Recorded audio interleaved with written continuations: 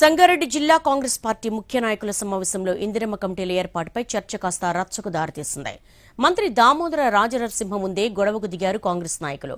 ఇందిరమ్మ కమిటీల్లో కాంగ్రెస్ కార్యకర్తలకు అన్యాయం జరుగుతోందన్నారు జహీరాబాద్ ఇన్ఛార్జ్ ఆగం చంద్రశేఖర్.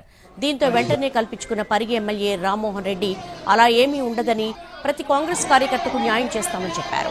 ఇందిరమ్మ కమిటీలో పటాన్చెరు ఎమ్మెల్యే మహిపాల్ రెడ్డి పెత్తనం ఏంటని ప్రశ్నించారు కాంగ్రెస్ నాయకులు. మహిపాల్ రెడ్డి బీఆర్ఎస్ నాయకులకే న్యాయం చేసి అసలైన కాంగ్రెస్ కార్యకర్తలకు అన్యాయం చేస్తున్నారని ఆరోపించారు. దీంతో పరిగి ఎమ్మెల్యే పటాన్చెరు కాంగ్రెస్ నాయకుల మధ్య తీవ్ర వాగ్వాదం జరిగింది. పోలీసులు రంగప్రవేశం చేయడంతో గొడవ సర్దుమణిగింది.